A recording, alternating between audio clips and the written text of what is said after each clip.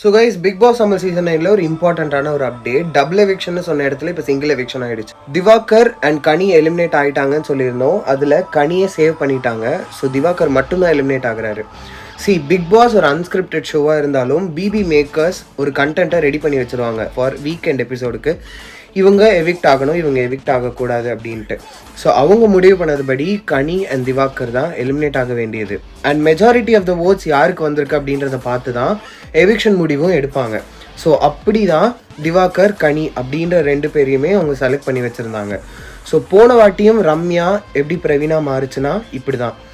Big pass makers என்ன முடிவு பண்ணி அவங்க யார் எவிக்ட் பண்ணணும்னு நினைக்கிறாங்களோ அவங்கள தான் எவிக்ட் பண்ணுவாங்க.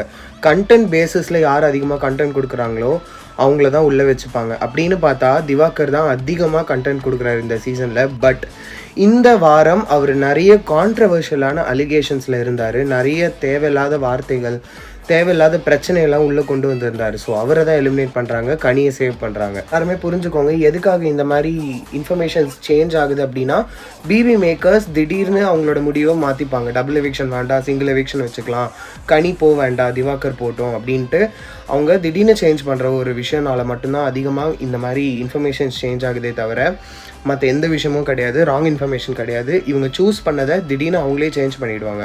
ஸோ இவ்வளோ தான் நடக்குது. ஸோ கைஸ், இவ்வளோ நாள் கொடுத்த சப்போர்ட்க்கும் இதுக்கு மேலே கொடுக்க போகிற சப்போர்ட் எல்லாத்துக்குமே ரொம்ப ரொம்ப ரொம்ப ரொம்ப நன்றி.